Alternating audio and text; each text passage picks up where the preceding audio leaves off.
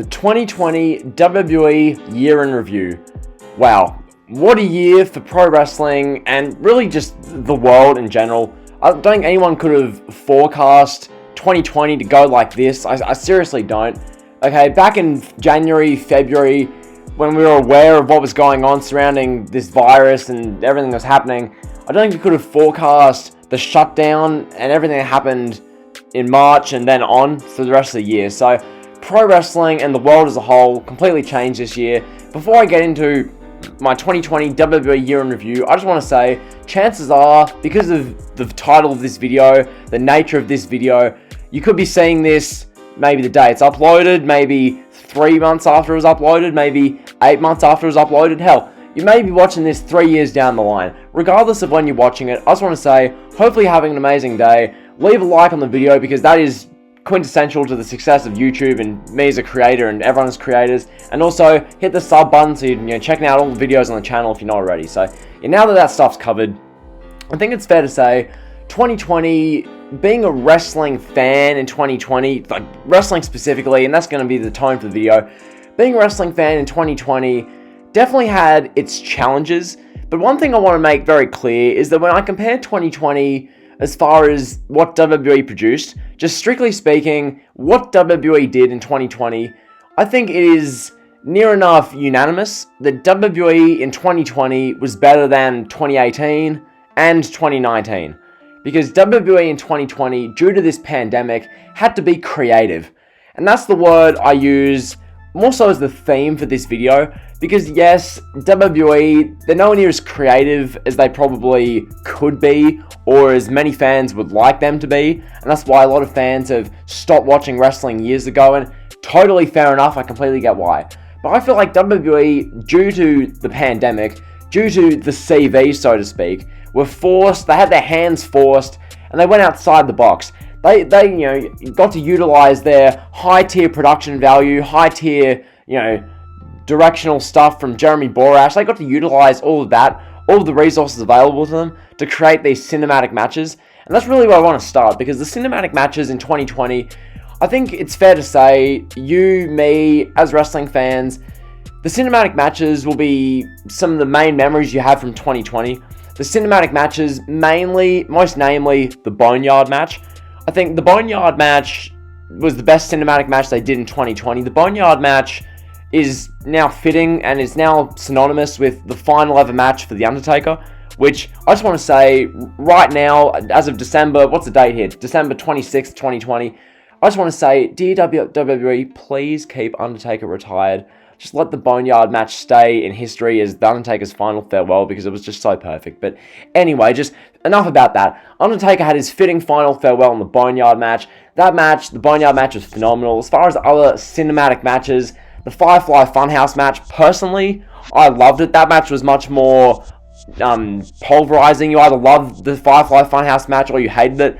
People were annoyed because they wanted to see The Fiend, Bray Wyatt versus John Cena at WrestleMania. People were angry because the Firefly Funhouse match wasn't like a legit match. It was literally like a 15-minute, essentially like a promo segment almost. But it was like a beautifully done, beautifully put together, brilliantly thought out like segment and match or whatnot. So I thought the Firefly Funhouse match was really good. As far as other cinematic matches, Money in the Bank, that one comes to life. Now Money in the Bank, for years now, Money in the Bank's been kind of whittling away. We've seen Money in the Bank ladder match after Money in the Bank ladder match, Money in the Bank pay-per-view, Money in the Bank pay-per-view, year on year, rinse and repeat, rinse and repeat. This year, they tried something different. They tried the whole climb the corporate ladder. Okay, they did that whole catchphrase for Money in the Bank 2020. The whole thing with Money in the Bank, really, that I want to talk about most, is for one, like, that was a fun one-off. I think Money in the Bank inside WWE headquarters, where all the wrestlers climbed the corporate ladder and they saw whether the risk would be worth the reward. I think that made a fun one-off pay-per-view, and it made use of the cinematic elements. It made use of the WWE HQ building.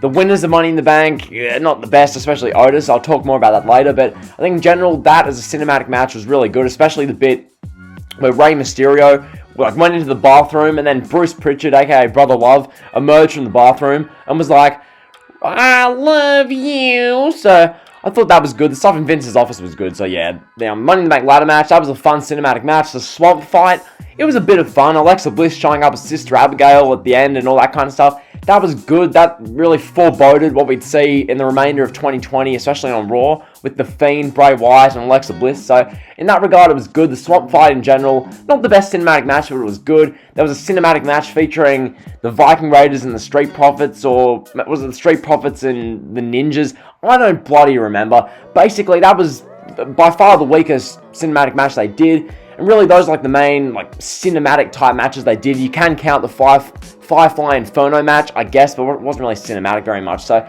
those are like the cinematic matches. Those were the matches where WWE really got creative and really thought outside the box, because prior to 2020, prior to this year specifically, we didn't see that. We didn't see those cinematic matches which we're going to look at as synonymous to 2020. So that was one big thing as far as WWE in 2020, the cinematic matches.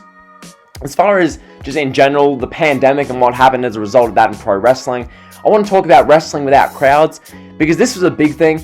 Wrestling without crowds, yeah, it was... I think ratings tell the full story. Like, I could use any number of adjectives to describe what wrestling without crowds was like as a viewer, but I think just purely raw ratings tell you the full extent of the story.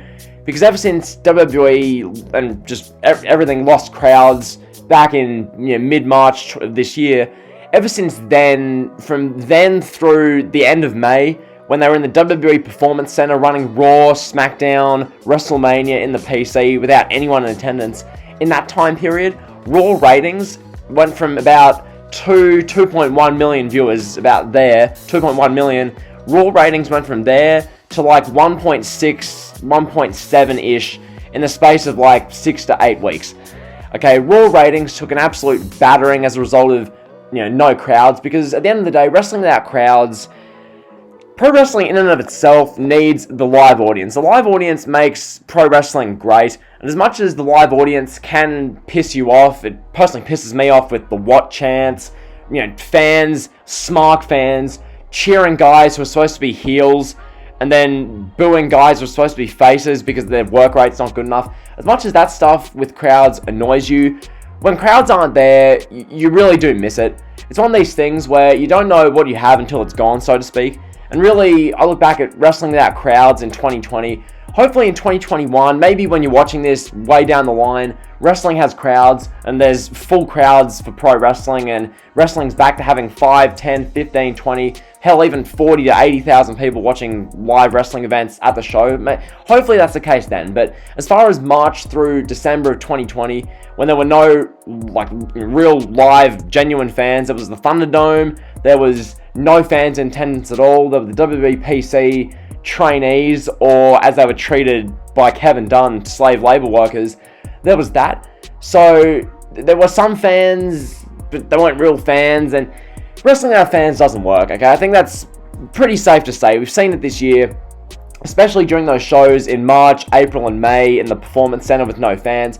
Those shows were just... Look, I get WWE was soldiering through the real height of fear during the pandemic, because back in March, April, May, the lockdowns, that was when really fear was at its greatest. Because yes, while cases, numbers, and all that kind of stuff was nowhere near as high as they are like nowadays, back then there was more fear surrounding the thing, so there was more hysteria. WWE decided to continue running shows in March, April, May. I made a number of rants on Vince McMahon and WWE at the time. Granted, I think for the betterment of my channel, I'm grateful they kept doing shows. For the betterment of many people's mental health, I think it's good they kept running shows. As far as the performers go, on the other hand, and just people who had to be away from their families during this mass hysteria, this mass fear due to this CV, I think for them, WWE continuing to run shows in March, April, May was a pretty bad move for the talents, for most of them. Granted, the ones like Drew McIntyre, the ones who really got big spotlights in that time period, it was good for them. But by and large, a lot of the roster, it wasn't really the best for. But then again, from a business standpoint, running the shows keeps the TV contracts with the networks happy. So in that regard, WWE, near enough, in their eyes, had to soldier on with the shows. As much as it was probably not the best for the talents, and a lot of the fans didn't want to see it, as seen by ratings, I guess it was fair enough they kept running shows. But nonetheless, with that said, wrestling without crowds, really hard to watch. I'll say that much. Like, God spare me. Some of those matches, like, I remember distinctively back, I forget which Raw this was. It was middle of April. Might have been the Raw after WrestleMania episode, I believe. WWE had Apollo Crews versus Aleister Black. This match went for about 25 to 30 minutes. It went way too long for a match of Black versus Crews. This match, it was just no fans. There was no real reason to care. The match kept going and going and going. I'm just thinking to myself, why are we watching this? Can they not think creatively? Because this was the thing back in March, April, May. Granted, WWE were doing the cinematic matches, as I mentioned, so they were doing something creative to try and handle this pandemic and really, really deal with the hand they were dealt. But at the same time, I look at WWE and how they handled just 3-hour-long Raw shows in an empty arena. Good God almighty, bro. Like, Jesus. Like, some of those matches, some of those shows, real hard to watch. So yeah, ratings took a battering as a result of that, but nonetheless, let's move on to some of the superstars. I've dwelled on wrestling without crowds, the pandemic, the Thunderdome. I'll talk about this just real briefly. The Thunderdome has been, I guess, beneficial. It's better to look at the Thunderdome than look at an empty WWE PC. I'll say that much. Has the Thunderdome been amazing? It's been alright. I mean, for what WWE can do, I'd say it's been good. I think they could have gone the route AEW did, where they have like 10% attendance. I mean, they could have done that. But I think the Thunderdome, it's added like a different element. It's a point of difference to WWE. If you turn on randomly as a viewer and you see that, it's kind of cool. So in that regard, it was good. The Thunderdome, then again, did have its like cons. The Thunderdome did have its negatives. So for example, remember back in like the first couple of weeks, the Thunderdome was a thing. Remember some complete flogs put pictures of Chris Benoit, like the KKK. I remember Kenny Omega like randomly showed up in the Thunderdome. Like, some of that stuff was really random and uncalled for, but nonetheless, the Thunderdome's added a different element to the shows, and I'm much rather watching wrestling shows with a Thunderdome than watching it with just no one there. So in that regard, Thunderdome is good. As for the wrestlers of 2020, the personnel, the people who made 2020 from a WWE TV standpoint, I think it would be remiss of me not to talk about Drew McIntyre. McIntyre won Superstar of the Year at the Slammy Awards, Male Star of the Year. He won like the main awards. Drew McIntyre was WWE Champion from WrestleMania all the way up until Hell in a Cell. So that right there is what? How long's that reign? 7 or so months? So Drew McIntyre's first title reign, a bit over 200 days, like in and around 200 days. He lost the title to Randy Orton and at Hell in a Cell. Then, about 3 weeks later, McIntyre won it back on Raw, the Raw before Survivor Series. So Drew McIntyre this year won the WWE Championship, the biggest prize in the industry. Well, the Universal title is now because of Roman Reigns, but theoretically, McIntyre won the biggest title in pro wrestling twice this year. He was the constant in WWE through 2020. I think that's the best way I or anyone or you could describe Drew McIntyre's 2020. Drew McIntyre was the constant of 2020. He was the most consistent performer of excellence throughout 2020. This guy came into 2020 with a lot of IWC kind of fandom and fanfare behind him. Drew McIntyre was like the Big E of the coming year. He was the guy who had a lot of buzz surrounding him. Drew McIntyre was like, okay, he's been a heel with Shane McMahon in 2019. He fought Roman Reigns at WrestleMania, at Stomping Grounds 2019. But now's the time for Drew McIntyre to really break out. Okay, Drew McIntyre's been in the business for 15, 17, 19 years. He's been around forever. This is the time. Drew McIntyre is ready to take over WWE. So Drew McIntyre came into 2020 with a blaze of glory. He won the Royal Rumble match. The Rumble match itself, I'll talk about more later. That match was just simply incredible. The Rumble match, McIntyre came in at number 16. Brock Lesnar had been destroying the whole field up until that point. He had a great stare down with Keith Lee, but yeah, that didn't really lead to too much as of yet. Drew McIntyre came in, thunderous pop. Okay, McIntyre came in, eliminated Brock Lesnar, the Claymore kick, McIntyre eliminates Lesnar, McIntyre stares down the Beast Incarnate. That was so sick. Okay, the Drew McIntyre stare down of Brock Lesnar was just, that was dope, dude. So yeah, that was great. McIntyre goes on to win the best Rumble match since 2008, 2001, 1992. The best Rumble match since then, really. So McIntyre wins the Rumble. He steamrolls into WrestleMania, beats Brock Lesnar in like 4 minutes, a really quick WWE title match.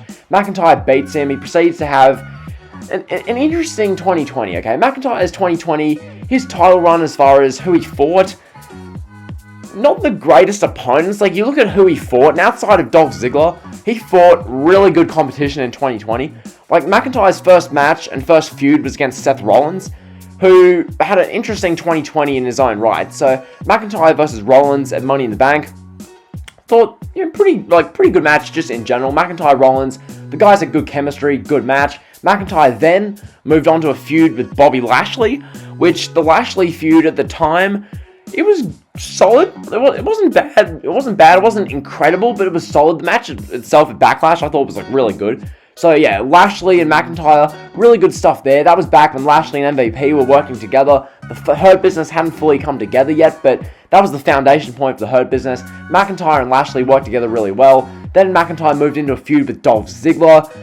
The weakest thing he did all year, McIntyre and Ziggler, it just wasn't it. Like, I remember the stuff they did with McIntyre and Heath Slater, that was good. Heath Slater made an emotional, final appearance on Raw. This was, when he was, signed with Impact, basically. He, got released, and then he, came back for a Raw episode. McIntyre and Heath Slater, that stuff was good. And then the stuff with McIntyre and Ziggler it was fine. Some people loved it. I didn't really. The storyline was there. McIntyre and Ziggler were, a duo for, a year. But at the same time, it just wasn't great. So that was McIntyre there. Then he moved into the feud with Randy Orton. This was the feud which I'd been asking for pretty much the whole year up until that point. McIntyre and Orton. This feud was quite good. I wouldn't say it was some great, all-time great feud. But for McIntyre and McIntyre and Orton, there we go. Those two guys, they had a good feud. And I think when it comes to them two, both of them are really similar. When you really think about it, yes, McIntyre's Scottish, Orton's American. Obviously, nationalities are different, but as far as, them as pro wrestlers, very similar, okay? Both very deliberate. Height-wise, they're, the same. Physique-wise, they're basically the same. Granted, Randy Orton has, the family pedigree. He's just a natural at pro wrestling. And McIntyre isn't, doesn't have the family pedigree, and he's from Scotland, first ever Scottish-born WWE champion and all that. But really, when I look at them, they're methodical. Everything they do has purpose. They don't have wasted motion. You're not going to see Drew McIntyre for no reason trying a 450 splash just to get a cheap pop, okay? McIntyre and Orton, very similar, which in that regard is good. But at the same time, it did make the feud kind of drag a little bit. Now, I think it's fair to say WWE stuffed up how they booked that feud. I think we can almost unanimously agree what they should have done is have McIntyre win at SummerSlam, which they did. Then they should have had Randy Orton maybe punt Drew McIntyre, put him into the ambulance, load him into the ambulance. Randy Orton should have won a Clash of Champions against Drew McIntyre. So Randy Orton should have won the WWE title there. Then from there, you go into Hell in a Cell. McIntyre's demanding a rematch against Randy Orton. He gets his rematch inside Hell in a Cell. Each guy's won one match heading into Hell in a Cell. Inside the cell, Drew McIntyre defeats Randy Orton to become a 2-time WWE champion. That's what they should have done. Instead, what WWE went for, they had Randy Orton lose at SummerSlam, which is fine. Then he lost at Clash of Champions because Ric Flair, Christian, there we go, Big Show and Shawn Michaels all interfered to get payback on him for what they did a couple months prior, which was fine, I guess. But really, in the grand scheme of things, it didn't really make the most sense as far as what it meant for the WWE title. But anyway, then Hell in a Cell comes around. Randy Orton beats Drew McIntyre on his third attempt. Then they do the rematch, which I talked about earlier. McIntyre beats Randy Orton. So McIntyre beats Orton there. And then McIntyre faces Reigns, and he gets his second title reign going. So that was Drew McIntyre's 2020. By far the most consistent performer of 2020. Just the best all-round performer of 2020. So I think that's fair to say. Now we can move on. We're going to move on to someone who... Oh dear. I mean, I say oh dear because I don't know where to begin. There's so much great stuff I can say about this guy. I could be here for probably 30 minutes just doing a full praise video for this man, but I'm going to keep it short because I don't want to come off as too much of a stand in this video. I want to sound fairly objective in this video in my 2020 year in review. So, Roman Reigns, he started the year not on the best foot. We remember Roman Reigns back in January, February, He was in the midst of a never-ending, boring, atrocious, train wreck storyline with King Corbin. If we remember back to January and February of 2020, we'll remember the Usos returned on the January 3rd episode of Smackdown to help Roman Reigns fight off the mischievous team of King Corbin, Dolph Ziggler, and Robert Roode, because up to that point, we'd seen literally 3 months of Ziggler, Roode, and Corbin beating up Reigns. Corbin was calling out Reigns because Reigns was a poor locker room leader. The SmackDown locker room wasn't getting behind Roman Reigns. And if you remember back to January, February, March, April, even most of May, SmackDown was just...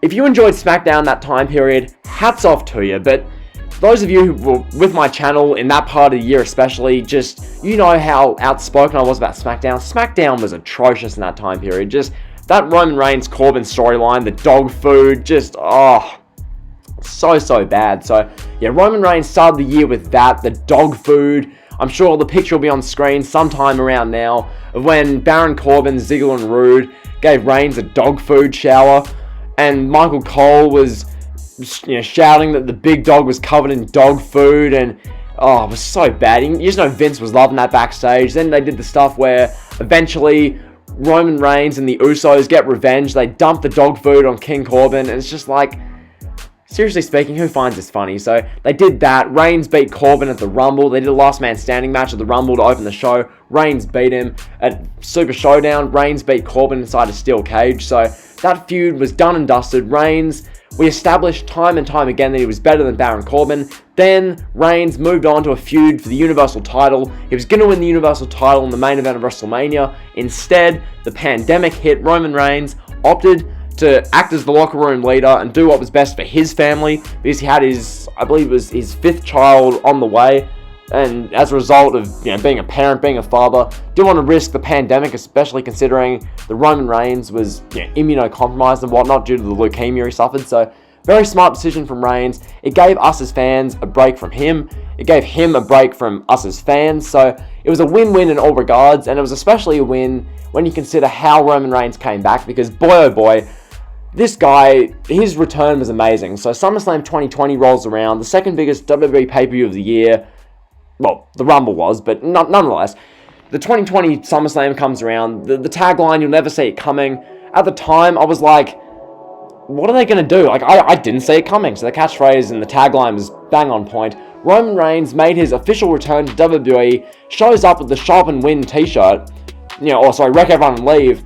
I'm just thinking to myself, wow, that's a way to make a statement. Damn, Reigns is back. This isn't the babyface big dog Reigns. This is a new version of Reigns. So that following Friday on SmackDown, ahead of the Payback show, which that Payback show was so necessary. But anyway, ahead of Payback, Reigns is sitting there on the couch to close SmackDown. The storyline through the night was that Adam Pearce had to get the Fiend, Bray Wyatt, Braun Strowman, and Roman Reigns, the 3 competitors in the Payback Universal title triple threat match, to sign the contract.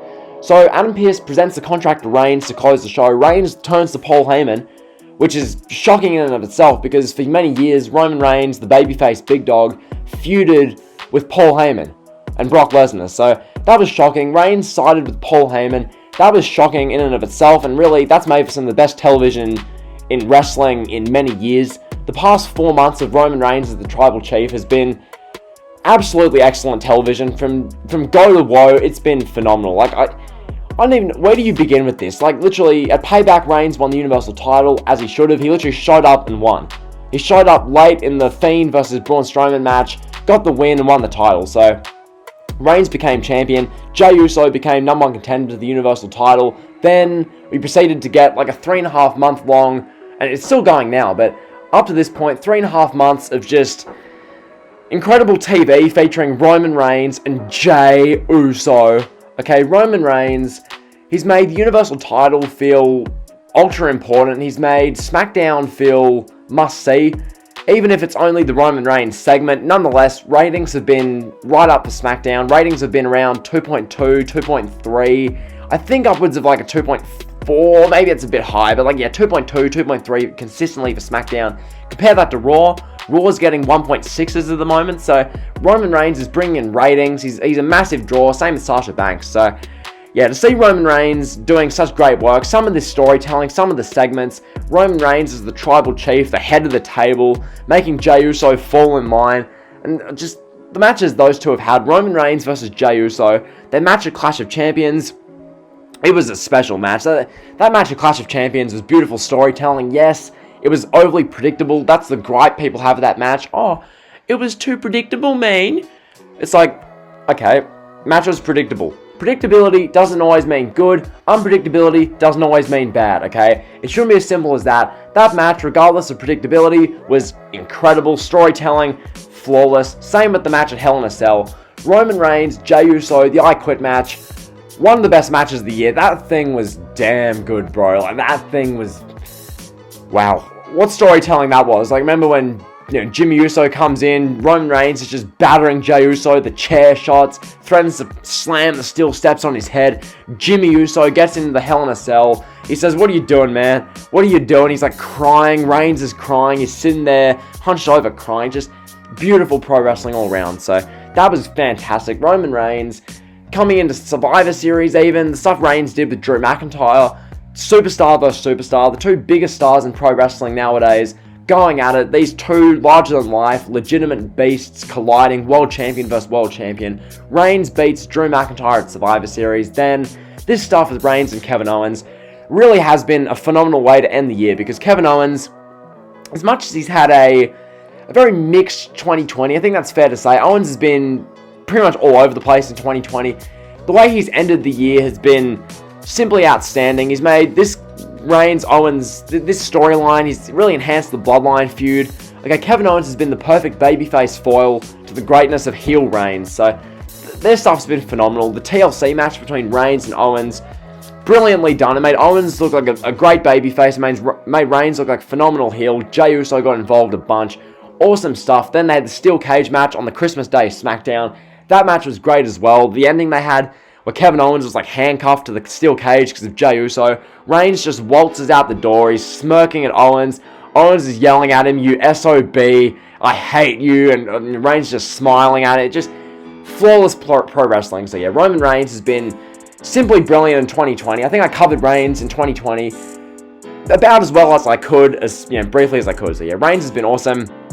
Speaking of awesome, Randy Orton. I touched on Randy Orton as far as the Drew McIntyre stuff, so I won't go into the McIntyre Orton stuff again, but Randy Orton, I'm going to talk about Orton and Edge now. These two guys, when I think of their 2020s, they really do intertwine a lot, because for them, look, Randy Orton and Edge, Rated RKO, these two guys, what a year they've had. I mean, Edge was only around for half the year until he had his injury, but boy, Orton especially, Edge as well. These two guys were phenomenal. With the Royal Rumble, Edge made his triumphant return to WWE after near enough 9 years away from wrestling in a wrestling vicinity due to his neck and due to retirement and looking after his family and Beth Phoenix and all that kind of good stuff. So Edge retired, as we all know. He came back. He's made his triumphant return. That was probably the most emotional I've been for a pro wrestling moment ever. Watching that live is something I'll never forget. Because as much as, the dirt sheets and these wrestling sites tried to ruin that for 2 months before that, leaking all these stories, oh, Edge spotted training, Edge spotted at WWE PC, Edge and Revival caught training with each other, Edge seen training with Beth Phoenix. As much as the wrestling news sites tried to ruin it, the actual, sheer, enormity of the moment, and the sheer, moment of 50,000 fans just erupting for this incredible return of someone who is much beloved by everyone, Adam Copeland. It was a beautiful moment, just straight up. And the way they did it as well, because I thought what they'd do with Edge is they'd have Edge, he'd make his return, if they did, he'd return and he'd have a 5-minute cameo, spear some people, then get tossed out by Baron Corbin or something. But what they did in the Rumble match, they had Edge go up until the final 3, I believe. So Edge had this massive run in the Rumble. He was in there over 20 minutes. He had stuff with Randy Orton where him and Orton are eliminating guys. Edge had a face-off with AJ Styles. Edge, he had a face-off with Reigns. He had a face-off with Rollins. Him and McIntyre went at it for a bit. Edge was spearing people left and right. Eventually Reigns eliminated him, and then McIntyre eliminated Reigns. So yeah, Edge's return was beautifully done. Then the next night on Raw, the Randy Orton Edge segment, that whole thing was beautiful. Edge's first promo, since Edge's first promo since returning, obviously, because he returned the night before. Edge came out, Randy Orton then came out, and then I remember they went like 10 minutes overtime on Raw. They went like a 10-minute overrun for this. Edge was like crying. Orton then RKO'd him, turned heel. Randy Orton then proceeded to, give him a concerto twice, I believe, which was just, that was fantastic. Randy Orton then proceeded to, murder Matt Hardy like twice as Matt Hardy made his way to AEW. Randy Orton murdered him twice. Both guys were cutting just exceptional promos. They did the last man standing match at WrestleMania. That match was heavily criticized. I believe Dave Meltzer gave that, 1.5, 2 stars, or maybe 1 star. He gave it some poor rating. The match itself could have been done a bit better. Yes, it was a 37-minute long match between those two guys, featuring like barely any commentary in an empty performance center. The right way to go. Not really. Like, the last 10 minutes of the match was fantastic, though. The storytelling was beautiful. I think Edge's return, just in and of itself there, was really good. Then, both guys take about 5 weeks off TV. They come back. Then they do the greatest wrestling match ever. Now, was this the greatest wrestling match ever? No. Was setting those two guys up with that just an L on WWE's part? Yes. As Edge said, coming back after being away 9 years and having your second match ever be classified and built up as the greatest wrestling match ever, it's the equivalent, I forget exactly the words he used, but essentially, he said it was like climbing Everest without arms or legs. That's basically what he said, and he was bang on the money. Nonetheless, these two guys, especially Randy Orton, I feel like, because Randy Orton, he's not one of these guys who you associate with the great matches. He's not an Adam Cole. He's not a Johnny Gargano, a Ricochet, a Kazuchika Okada, Kota Ibushi, Omega. He's not one of those type of guys who you associate with, like, oh my god, 6-star matches. Orton's not one of those guys, so to see how Orton performed in the greatest wrestling match ever, it really was dope to see. I feel like Randy Orton smashed it out of the park in the greatest wrestling match ever, so did Edge. Like, the way they did the greatest wrestling match ever at Backlash, that was just, it was beautifully done. It really was. Having Howard Finkel, the late great Howard Finkel, having him do the announcing for the match, having his voice, just, doing the voice for that was awesome. Having the referee, Charles Robinson, dress as if this was some, like, old school match, that was awesome. Having the piped in cheering, I thought it added to the match, made the match, seem and feel a bit better. Having, the finishes and the callbacks, all these different types of moves, that was awesome. Unfortunately, Edge did injure himself in that match, and he's been out ever since, so I'm assuming they'll pick up Edge vs. Orton again for WrestleMania 37, that's what I assume they'll do, and I guess that'll be good. I think Edge and Orton, they do need a blow-off match, but yeah, I don't know. So yeah, Orton won the greatest wrestling match ever. Really, that was awesome. Edge, he had a phenomenal 2020. It was awesome to see him make his return. As for Randy Orton, he did the stuff with McIntyre. I talked about that just then. And then Randy Orton's finished off the year with this awesome stuff with Alexa Bliss. This Randy Orton, Alexa Bliss stuff has been the most captivating thing on Raw for the past 2-3 months. In general, The Fiend and Alexa Bliss have been the most entertaining and the only reason to watch Raw for the past, 3 months, really. But yeah, this Randy Orton stuff has been fantastic. Just the stuff they're doing is awesome. So, top to bottom, Randy Orton, from the feud with Edge, to the stuff with McIntyre, to the stuff with Alexa Bliss and The Fiend, Randy Orton's killed it in 2020, Edge has killed it in 2020. So, hats off to those guys. Those guys have been absolutely just beastly this year. Now, I'm going to move on to something a bit different. Now, I'm going to talk about the women's division, okay? Women in WWE in 2020 had a pretty big year. They had plenty of opportunities, plenty of spotlight. This year, in my personal opinion, this year belongs to 4 women, okay? Well, really 3 that I want to talk about, but 4 by default. This year belonged to Bayley, Sasha Banks, and Asuka. Those are like the main 3 women who epitomized and really were the headlining acts in WWE in 2020. Bayley came into the year as SmackDown Women's Champion. Really, when it comes to Bayley's SmackDown Women's title reign, her reign was hurt by the fact that, holistically, especially in the first 5-6 months, there were really no legit contenders, because Bayley, she came into the year having this 2-month-long feud with Lacey Evans, where Lacey Evans was the real kind of Lex Luger 2.0, I Love America type babyface who was really trying to get over with the fans with the whole red, white, and blue, true blue kind of babyface. And then Bayley was the groveling, cowardly, chicken you-know-what heel.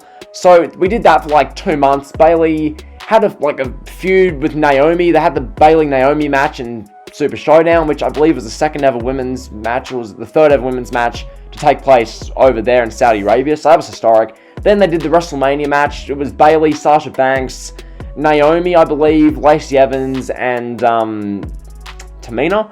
So they did that. They did Bayley, Tamina, and Money in the Bank. Like, you're seeing the theme here. Basically, the whole thing with Bayley's reign was that every week, wrestling fans would look out for what Sasha Banks would either do or what Sasha Banks would say, because the whole Bayley and Sasha Banks thing was building all throughout the year. It really was. Bayley and Sasha Banks, they were on a never-ending collision course to feud eventually. Now, many people thought they'd feud at WrestleMania 36. It didn't end up that way. Many people thought they'd feud at SummerSlam 2020. Didn't end up coming to be. Many people thought they'd feud at WrestleMania 37, which they could well do. As of right now, it hasn't turned out to be that. These two, the feud was being teased. It was being teased. Bayley was the women's champion on SmackDown. Sasha Banks was constantly bailing out Bayley. Sasha Banks was always the number 2 to Bayley for like the first half of the year. Then these two women became women's tag team champions. They defeated Alexa Bliss and Nikki Cross on a random SmackDown. So Bayley and Sasha became the SmackDown tag team champions. The Boston Hug Connection, or that's what they were formerly known as. Now the Golden Role Models. These two were the women's division. They really were, because just, women's tag team champions. Bayley's a SmackDown women's champion. These two were the only reason to watch SmackDown for several months. From like WrestleMania through basically when Roman Reigns came back. These two were the only reason to really watch SmackDown. So yeah, they carried SmackDown through the guts of 2020 and the pandemic. Bayley and Sasha really did a good job. Bayley, her heel tendencies really kept growing and growing. Bayley was the SmackDown Women's Champion, the Women's Tag Team Champion. Bayley dosed straps became a thing. Bayley cutting these promos. Sasha Banks was the Women's Tag Team Champion. You could tell she wanted more gold, and that came to be at Extreme Rules when Sasha Banks defeated Asuka. As screwy as the finish was, Sasha Banks defeated Asuka. So we got a month where Sasha Banks was both the Raw Women's Champion and the Women's Tag Team Champion. So the whole women's division revolved around Bayley and Sasha Banks. The Golden Role Models held all the titles in the women's division. Bayley, the SmackDown Women's Champion, Sasha, the Raw Women's Champion, and then they both held the Women's Tag Team titles. So these two women were running WWE for much of the year. Then Sasha Banks loses the Raw Women's title to Asuka because of Bayley, basically. Then on SmackDown, beginning of September 2020, Bayley turns on Sasha Banks. They do the big attack. Bayley abuses Sasha Banks. Does the thing with the steel chair, beats her up. Sasha Banks gets ambulanced out of there. She's out of action for like 2 weeks. Then they do the build for the Hell in a Cell match. Bayley and Sasha Banks inside Hell in a Cell. They went with Sasha Banks defeating Bayley inside Hell in a Cell. Really good stuff. Sasha Banks, ever since Hell in a Cell, which was about late October, ever since then, Sasha Banks has been doing a really good job as a SmackDown Women's Champion. Sasha Banks had the match with Asuka, champion versus champion Survivor Series. Good match. Then Sasha Banks had the big match versus Carmella at TLC, which Carmella is an interesting one in and of itself. Carmella made a return, doing this whole... Look, I don't really know how to describe the gimmick. Basically, it's essentially the whole heel female who's better than you, the arrogant heel who uses, has all the makeup and, looks $1 million and is better than that kind of heel. So Carmella's been playing that act. The match with Carmella and Sasha Banks for the women's title at TLC was good. So just in general, Bayley and Sasha Banks have had a really good 2020. They've been phenomenal as far as that goes. Meanwhile, over on Raw with the women's division, we began the year with Asuka and Becky Lynch having a feud. The Asuka and Becky Lynch stuff I really enjoyed, because Becky Lynch, the whole thing with that was that Becky Lynch had never beaten Asuka. Asuka had always had Becky Lynch's number, and the storyline was that Becky Lynch has held the Raw Women's title for like 9 straight months, but she hasn't beaten Asuka. And that means more to her than anything. So at the Rumble, Asuka went down to Becky Lynch. Becky Lynch defeated Asuka officially. So that was good. They did the rematch on Raw in February. That was good as well. We saw some stuff with Shayna Baszler then. We had Shayna Baszler officially win the Elimination Chamber match. It was the worst Elimination Chamber match ever, but nonetheless, Shayna Baszler eliminated all 5 competitors, clean swept the field in the main event of the Chamber pay-per-view to face Becky Lynch at WrestleMania. So, yeah. We got Shayna Baszler, Becky Lynch. We saw Becky Lynch beat Shayna Baszler, which at the time I wasn't a fan of. I thought Shayna Baszler should have won. But in hindsight, I'm happy Becky Lynch won because everything it's led to, I've been a fan of. I think Shayna Baszler, personally speaking, I don't see the appeal with Shayna Baszler. I really don't. At the time, I was buying into the the IWC agenda. The Shayna Baszler had to beat Becky Lynch. But when you look at Shayna Baszler, you see someone who, promo-wise, okay, she can cut an okay 2 to 3 minute, intense heel promo. But really, as far as being a sports entertainer, she's just not there. She's good in the ring, but you need to be good sports entertainer to really entertain, really captivate the viewer. So, Shayna Baszler losing at WrestleMania was the right call, I feel like, in hindsight. Then, coming out of that, Becky Lynch didn't do anything for the next 5 weeks, and as we'd find out, it was because she was pregnant. So, Becky Lynch announced her pregnancy. Apparently, Becky Lynch wrestled at WrestleMania 36 versus Shayna Baszler, when she was pregnant. So, yeah, hats off to Becky Lynch. Her and Seth Rollins officially became parents about 3 weeks ago now. So, huge congratulations to them. Little baby Ro, brought into the world. That child is going to be a pro wrestler. Look out for Ro versus whoever Renee Parkett or Renee Young and Jon Moxley's kid is. Look out for Ro versus their kid at WrestleMania 50 or not 50, WrestleMania 60, sometime down the line. So look out for that. But yeah, nonetheless, Becky Lynch gave the title to Asuka because Asuka won the Women's Money in the Bank match, and apparently that was for the Raw Women's title because Becky was giving it to her basically. So they did that. Asuka became the champion. They did the stuff, as I mentioned, with Sasha Banks, but before that we had some Asuka versus Nia Jax matches. Those weren't very good at all. And then we had Asuka and Charlotte Flair having some interactions in June. And then fast forward through the rest of the year, Asuka and the Raw Women's title. There's been no women's division on Raw. There really hasn't. The women's division on Raw has been, not the best. Not the best. So, as I mentioned, Asuka won the Raw Women's title from Sasha Banks at SummerSlam. Then, coming out of SummerSlam, Asuka had no opponents because we had to do, or WWE did, Asuka versus Zelina Vega at Clash of Champions. Zelina Vega, someone who's had about maybe one match on the main roster.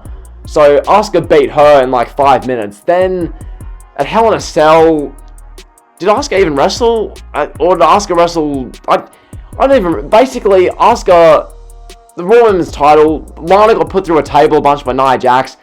Basically, Nia Jax and Shayna Baszler abused Lana for weeks and weeks and weeks and weeks and weeks on end. Several months on end. Asuka was accompanying Lana as Nia Jax put her through the table. 9 straight weeks, Nia Jax put Lana through a table. Ultimately, Lana got the last word as Lana defeated and pinned Nia Jax. Lana pinned Shayna Baszler. And then Lana got written off TV, only for Charlotte Flair to come back. So, when it comes to Charlotte Flair, she won the Women's Rumble, won the NXT title, and then got taken off TV for, I'll say surgeries. And now she's back 6 months later, won the Women's Tag Team titles with Asuka. So, yeah, Asuka and Charlotte Flair are now the Women's Tag Team champions. Waits to be seen where that goes. More than likely, Charlotte Flair is going to become a 16-time women's champion in 2021, or maybe win a men's world title. Who knows? I don't. None of you do. Waits to be seen. But yeah, nonetheless, Charlotte Flair, Asuka, the Raw Women's title. That's how the women's title's been for Raw. That's how the women's division's been as a whole. So that's been pretty good. Speaking of pretty good, I want to talk about MVP. MVP, he made his return this year in the Rumble match. He was one of the guys who Brock, tossed out of the Rumble match in that first half of the Rumble match. MVP made his return. He was fairly directionless for the first 4 months of the year, doing VIP lounges and really just being on the show for the sake of being there, not really contributing. Then he started working with Lashley. Lashley was coming off the whole Lana, Rusev, Liv Morgan thing. So Lashley was coming off that. And then he aligns himself with MVP. I did the whole video about, the Hurt Business being awesome. That video has done really well. So most of you, if you're watching this, know my opinion about the Hurt Business. But just in general, MVP, he took Lashley, someone who, not that he was doing badly, because he was getting weekly TV and a fairly kind of meaningful spot, the whole Lana thing. But he was kind of floundering. I think that's fair to say. So Lashley was floundering. Then MVP got to work with him. MVP and Lashley hit it off on all cylinders. These two guys, they look legit. MVP is a manager. He's a great talker, phenomenal talker all round. Lashley is as legitimate as they come. One of the most dominant looking people on the planet, just physically. So the dynamic worked really well. They challenged Drew McIntyre at Backlash. No luck there, but it was really good seeing the build to that. The Backlash match, McIntyre and Lashley, really good. Then, coming out of that, we have the stuff with Apollo Crews and the US title. The US title, the new one, got introduced. So basically, Apollo Crews got the CV, essentially, or I'm 99% sure. He was off TV for like a month, basically. In the meantime, MVP's just running his mouth week on week on week. Eventually, the new US title belt got unveiled. This thing looks really sick, so it's good to see the new United States Championship belt gets introduced in 2020 by MVP. Then, Lashley defeats Apollo Crews. I believe it was at SummerSlam to become champion. So, Lashley became the new US champion. He's been champion ever since. Lashley looks great with the US title. I'd like to see him with the WWE title in 2021, but that waits to be seen. Maybe when you're watching this video, he's like a multiple-time champion. Who knows? But yeah, so Lashley and MVP, awesome dynamic together. Then Shelton Benjamin got recruited by MVP. Shelton Benjamin was seen backstage with the 24/7 title. This was when Shelton Benjamin was doing nothing. He was aimless. MVP recruits him. The Hurt Business becomes 3 guys, all of which like in their 40s. So the Hurt Business, they needed some youth. Ultimately, Cedric Alexander, the youth, gets taken on board. Cedric Alexander, floundering, doing nothing. MVP recruits him. Then Shelton Benjamin and Cedric Alexander have some matches as a tag team, win some matches as a tag team. Then they take on the New Day. Okay, Cedric Alexander and Shelton Benjamin, they went after the New Day. They had a match on Raw before Survivor Series, and they had a match on Raw a week and a bit after Survivor Series, I believe. So they had 2 matches on Raw. New Day won both. Then at TLC, the Hurt Business became the Raw Tag Team Champions. So as of right now, the Hurt Business include MVP, who, as this past weekend, won a medal in Brazilian Jiu-Jitsu alongside, the Sammy Award winner MVP and the Hurt Business, to go with United States Champion Lashley and Raw Tag Team Champion Cedric Alexander and Shelton Benjamin. So, awesome year for the Hurt Business. These guys have been phenomenal. MVP has taken 3 careers, well, I'd say 4, including his own. MVP's taken 4 careers and really made them flourish. So, hats off to MVP. It's gonna be great to see what 2021 holds for the Hurt Business. That was really good. Now, deep breath before this one, boys. Deep breath. Okay. The Fiend, Bray Wyatt. Oh. Okay. Fiend, Bray Wyatt. Here we go. This guy, Bray Wyatt. What a 2020 this boy's had. Oh, dearie me. Okay. He came into 2020 as the Universal Champion. He won the title in the masterpiece of a Hell in a Cell match at Hell in a Cell 2019 from Rollins. He came into the year feuding with Daniel Bryan. That was good, and that produced The Fiend's best ever match. Okay, that match, The Fiend versus Daniel Bryan, strap match of the Rumble. Fiend's best match of just his career, really. That match was awesome. Then The Fiend took on Goldberg in Saudi Arabia. Yeah. Fiend, Goldberg, Saudi Arabia. Recipe for disaster from the moment it was booked. As soon as that was booked, I said, that can only go, well, one of 2 ways, obviously. It's either going to be a 3-minute squash win for The Fiend, which he probably needs, or it's going to be, God forbid, Goldberg squashing The Fiend in, 2 minutes. Which, as it turned out, it was the latter. Goldberg squashed The Fiend in, 3 minutes. 3 spears and a botch-looking jackhammer. Goldberg beat The Fiend, and really, that caused an uproar in the YWC. Anti-Smarks loved it. Smarks hated it. Regular wrestling fans, by and large, hated it. It was chaos, and The Fiend, he did well to recover from that, I will say, because, look, The Fiend, after that masterpiece of a Hell in a Cell match versus Rollins, and that train wreck of a thing versus Goldberg, The Fiend, in many regards, was just ruined. I've seen a lot of people say The Fiend was ruined.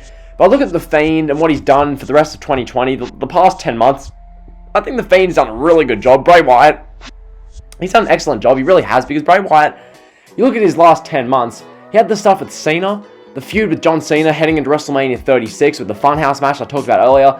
thought that was all really good. I think the Funhouse was great. I think the feud between the Fiend, or just regular Bray Wyatt, and then the three faces of Wyatt against Braun Strowman, I thought, like, in totality, the way they told that story, as far as like a long-term story, was good. At the time, I hated it, because watching Braun Strowman come out and cut the same promo week in, week out, I hated it. But as far as what they were trying to do, in hindsight, it was good. Having, Bray Wyatt from his, like, Wyatt family days face Braun Strowman, having Bray Wyatt, the Funhouse version face Braun Strowman, and ultimately having the Fiend face Braun Strowman, I thought that was, like, really good and well thought out. The swamp fight was entertaining, as I talked about earlier, so I thought that was good for Bray Wyatt. He won the Universal title at SummerSlam, then Reigns beat him a week later for the title, so the Fiend then went over to Raw. I talked about the Fiend and Alexa Bliss a bit before.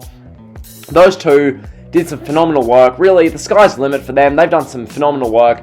It's really made Alexa Bliss one of the best characters, if not the best character in pro wrestling today, outside of maybe Roman Reigns. So, awesome to see that. Really thought it was, like, good all round. So, yeah, that was great. Now, I'm going to move on to talking about someone who the Fiend has been compared to. I touched on this earlier. Just want to talk about it once again. The Undertaker. He was retired by AJ Styles in the Boneyard match. The Boneyard match was just brilliantly done. Straight up, flat out, top to bottom. The Boneyard match was brilliant.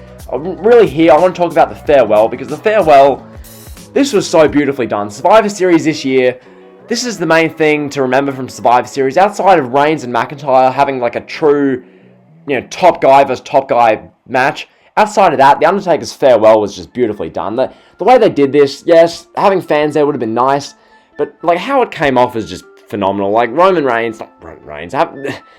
Undertaker, there we go. Yeah, the Undertaker, this thing was beautifully done. It really was. The way they had the legends come out, all to show up and show support for Undertaker. The way they had the farewell, that was really good for Undertaker when, he made his entrance. One slow final entrance. He got introduced by Vince McMahon. Undertaker slowly made his entrance. He came down the aisleway. You really took it in. It was highly emotional. He really got, raised up on the pedestal, got into the ring. The smoke was there. He did the pose to Paul Bearer. That was beautifully done. Really, The Undertaker, coming off the year he's had with The Last Ride documentary, which I want to talk about this briefly. The Last Ride documentary was just excellent. The way they did The Last Ride documentary, just all around phenomenal.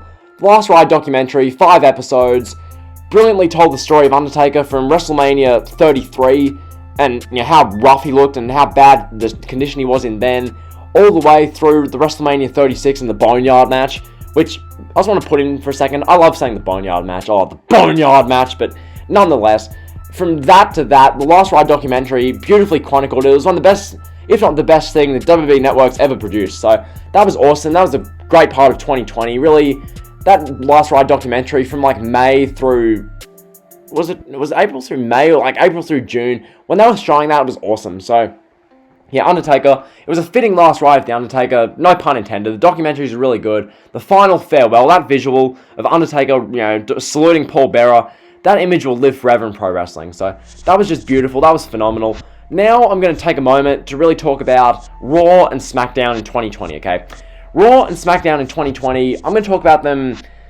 I'm not going to talk about too much depth because no one cares to hear me run over what happened on each Raw. That'd be dead. No one cares. But what I'm going to do is talk about, I'm going to give a general synopsis of Raw and SmackDown as far as month by month, almost. So basically, just to make this basic, Monday Night Raw, WWE Raw, the quote-unquote flagship show, the 3-hour turd mound on Monday Night Raw in January. January for Raw was fantastic. January of 2020 was the best month for Monday Night Raw. Now, how much of that was Paul Heyman having creative influence? I don't know. But what we were doing, or WWE were doing in 2020 in January, was just great. We had Rey Mysterio and Andrade having 2 just excellent matches with one another for the United States Championship. They had a singles match, I believe, on January 6th, and they had the ladder match, which was just phenomenal, on January 20th. Rey and Andrade, that was great. Alongside that, Becky Lynch and Asuka, the build for that was really good. We had Brock Lesnar appearing like most weeks to build up this Rumble match he was going to be in, which that was really good stuff with Brock Lesnar. I feel like additionally, the stuff with Rollins, Murphy, AOP, Kevin Owens, Samoa Joe, the Viking Raiders, that was enjoyable as well. I think the Lashley, Rusev, Lana, Liv Morgan stuff, that was a bit of an L, but it was what it was, and as well as that, we had Aleister Black versus Murphy. So just in general, Raw, the actual product was probably at its best in January. Outside of January, Monday Night Raw has been, it's been bad in 2020. Like the Raw product, consistently speaking, has not been good in 2020. Really, WWE as a whole, they've been bailed out by the quality of pay-per-views and the quality of moments. Because, granted, Raw's been just as bad this year as it was in 2018, 2019. Only saving grace this year is that more like memorable and notable stuff happened on each Raw episode. So, that's been a start. But really, when I look at Raw, January, as I mentioned, was really good. February, pretty dead month. Like, they took January's momentum, squandered it. March, some really good promos in March. But on the whole, the move into the PC really killed Raw. April was just abysmal for Raw. April for Raw was so bad, bro. Oh my god. If you watch, like, some of you will know, April latest, some of you know, my rants then were brutal. So, yeah, Raw in April was bad. May, hardly any better. May was just pretty dead. I mean, May, the crowds came back. Well, the WPC trainees made a crowd. So, May was not great, but it was getting a bit better. June, dead month. July, dead month. August, dead month. September did have some stuff, I guess. Then again, it really didn't in hindsight. So September was meh. And then I look at October. October was good. October had, Ali joining Retribution. You had the stuff with the Fiend and Alexa Bliss really starting to really take off. That was good stuff. Orton and McIntyre still, having their feud. So Raw in October was not good, but there were more notable things happening. November was not the best. Not the best. And then December for Monday Night Raw has been some of the worst television you'll see. They recently copped a 1.527 million viewer number for the December 14th episode of Raw. A 1.527 million viewer rating for Raw. 1.527, bro. Like, Jesus. The worst rating in Raw's history.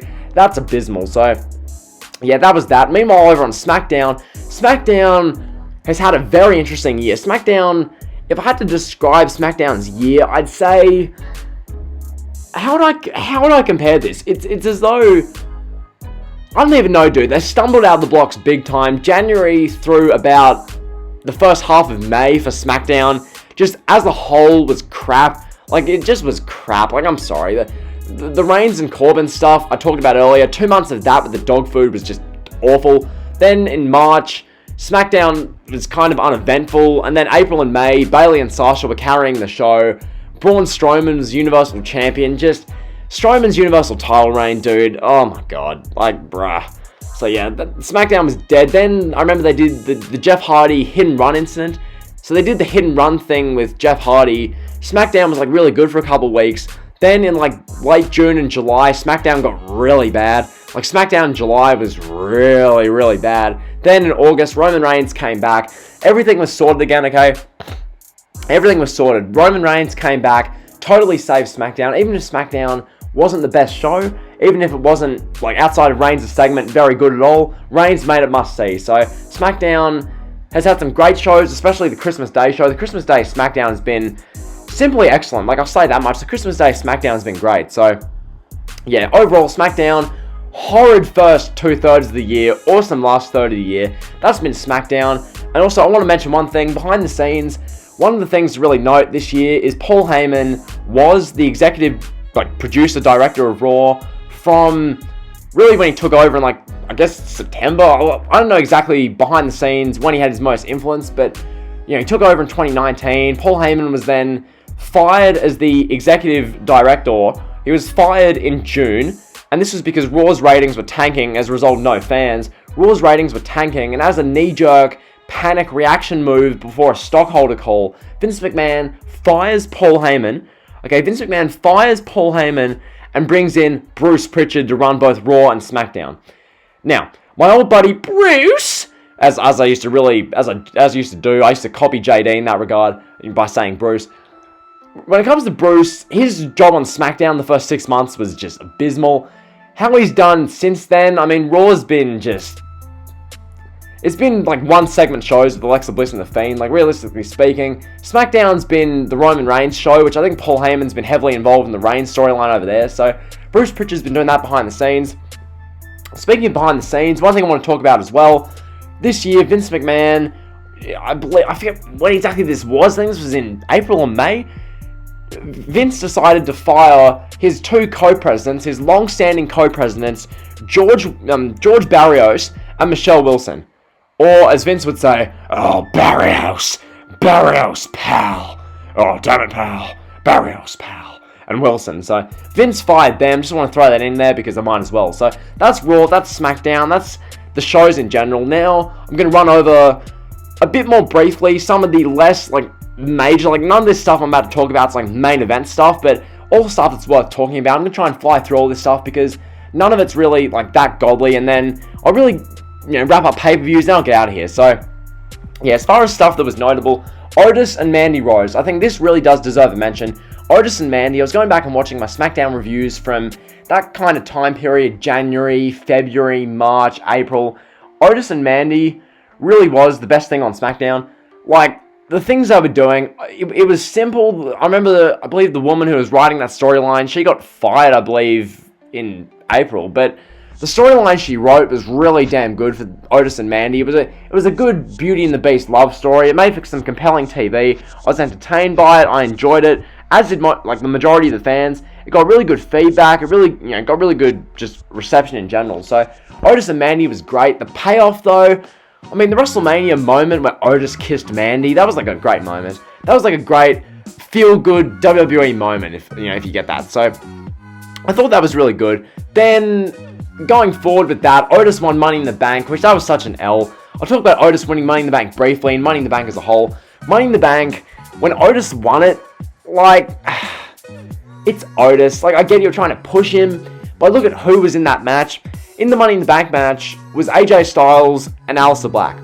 And even Daniel Bryan. Guys who really could have done with the Money in the Bank briefcase, but you opted to give it to Otis. Now, Otis, I described him throughout this year as a walking GIF. That's the best way I describe Otis. Otis, he's just not a world champion guy. He's a comedy act guy.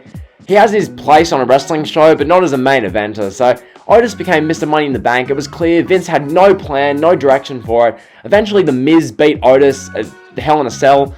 They do that whole Law and Otis thing where The Miz was trying to get Otis's contract legally removed off of him. Eventually, Miz just beat Otis. And then Miz cashed in, or Morrison cashed in on behalf of The Miz, but The Miz was wanting him to cash in at TLC. Whatever they did, Miz lost his contract because he cashed in at TLC, tried to cash in and beat McIntyre and Styles in their TLC match. Didn't work. So, yeah, the Money in the Bank is a complete failure. It's a complete lost cause. But yeah, I just want to mention Otis and Mandy. Those two saved SmackDown in a time period. Not saved. They redeemed SmackDown January through March. So, hats off to them for that. Hats off to the woman who wrote this storyline. It was a banger of a storyline. So, that was that. Also, one other thing I want to mention. Sonya Deville. Her matches and feud with Mandy Rose as well. Those were good. The match had at SummerSlam, loser leaves WWE. Sonya Deville going down to Mandy Rose. It was fair enough because, especially speaking, Sonya Deville having the home invader, that whole thing was just, I felt legit bad for Sonya Deville during that situation. Having a home invader, bruh, that's rough. So yeah, the home invader thing was rough for Sonya Deville. It really was, but nonetheless, that was that. As far as other stuff I want to mention, Braun Strowman, the Universal title reign. Strowman's 2020 in general. He was in the IC title thing with Sami Zayn, Shinsuke Nakamura, Cesaro, and Elias for 3 months. He was involved in that from January to March. Then he got thrust into the Universal title match a day before WrestleMania 36 as the replacement. He beats Goldberg and proceeds to go on one of the worst Universal title and worst World Championship reigns I've ever seen. Strowman's reign as champion. He did cut a couple of good promos. The feud with Wyatt, the matches weren't bad, but just in general, the stuff against The Miz and Morrison particularly, that whole Backlash 2-on-1 handicap match to the Universal title, where do I even begin, bro? The DX, Slime Time Live, Double Dare 2000, nonsense BS crap with just, that whole thing was crap, where the slime was falling down on Caleb Braxton. It was a Charlie Cruz. I forget which, I think it was Caleb Braxton, but that whole thing was bad. Strowman, not the best title reign. It really wasn't. When he dropped it, it's been It's been 9 days between Braun Strowman as champion from April through August to when Reigns was champion from September through December. It's been 9 days as far as quality of SmackDown, quality of main event tier. When Strowman was champion, the main event scene was a joke, and SmackDown as a whole was basically impossible to watch outside of Sasha Banks versus Bayley. When Roman Reigns became champion, Roman Reigns absolutely has carried SmackDown, been the most must-see thing on that show. So, yeah, I think that's just... had to mention that. I also want to mention briefly Jeff Hardy. I mentioned the hit and run thing earlier with Elias. Jeff Hardy, he made his return to WWE this year. His brother left, Matt Hardy left AEW at the end of February. Jeff Hardy, on the other hand, made this kind of comeback to WWE. And I remember his first match and real thing in WWE was him having a random match with Corbin. Okay. And then Jeff Hardy does the hit and run thing with Elias. That I actually really enjoyed. I thought the hit and run angle was done well. And then outside of that, I mean, Jeff Hardy versus Sheamus, that gave us the bar fight, which is another cinematic match to mention. The bar fight was decent. The storyline itself was annoying though. It was literally Sheamus calling Jeff Hardy a junkie every week for about 3 months. And then they did the segment where, on that taped SmackDown, they did the Jeff Hardy drug test, which... oh, dude. The Jeff Hardy drug test, bro. Where do I even begin?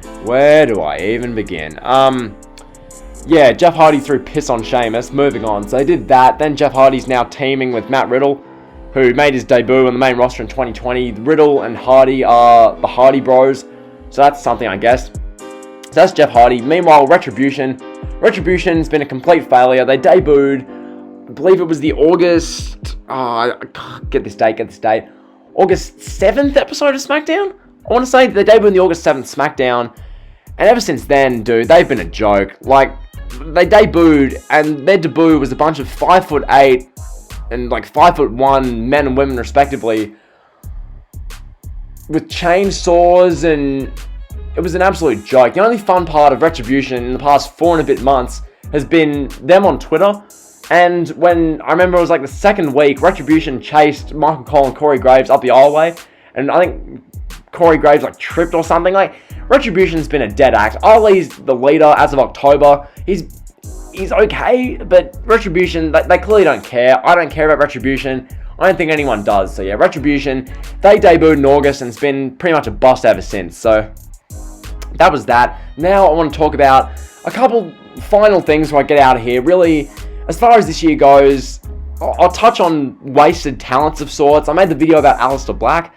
Aleister Black has been the biggest wasted talent of 2020. This guy, with Paul Heyman as pretty much the lead writer for Raw in the first 6 months of the year, Aleister Black was picking out win after win after win, having, he beat AJ Styles, I remember. He beat Lashley at WrestleMania. In hindsight, that's a pretty big win for Aleister Black, and he was getting all these wins. And then Bruce Pritchard became the executive director. We had Aleister Black get thrown off the roof of Money in the Bank by King Corbin, and as well as Rey Mysterio. And then Black became a tag team with Rey Mysterio for no reason. He was off the show for a while. He came back as a heel after the draft, had a feud with Kevin Owens, where they were feuding over literally nothing. And then apparently in the past 6 weeks, really ever since Zelina Vega got released, controversially when she got released, ever since then, it's just been apparently Aleister Black hasn't even been in creative meetings. I haven't even mentioned him, so I guess that's rough. And also, speaking of releases, WWE, I'll talk about Black Wednesday, because really back in the middle of April, WWE went and released a crap ton of talents. Off the top of my head, just to name some of them, the Good Brothers, Carl Anderson, Luke Gallows, EC3, Heath Slater. I mean, where to begin? They released Deonna Purrazzo, I believe, this year. They released Heath Slater, I think I mentioned him. They released a ton of talent. So, yeah, WWE, it'd be remiss of me not to mention Black Wednesday. They released Kurt Angle, only for him to come back and be the ref for the Fight Pit. So, just in general, the releases was big. The Zelina Vega one over unionization and all that kind of stuff, and her streaming on Twitch. I'm not really going to comment on that. It's rough to see Aleister Black being taken out of all creative discussions for the past 2 months because of his wife doing that, but is what it is here. Aleister Black was the biggest wasted talent of 2020. Another wasted talent, Andrade. Andrade, ideally what you do is you have Andrade and Charlotte Flair as a duo, and you have Charlotte Flair save Andrade's career.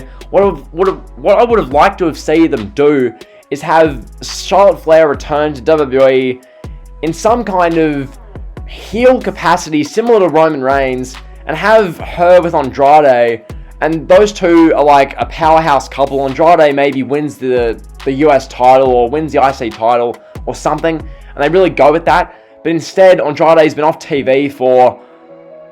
God, when was the last time Andrade did anything? He's still employed, I know that, but he hasn't done anything in a long time. So Andrade's been completely wasted. Other guys have been wasted.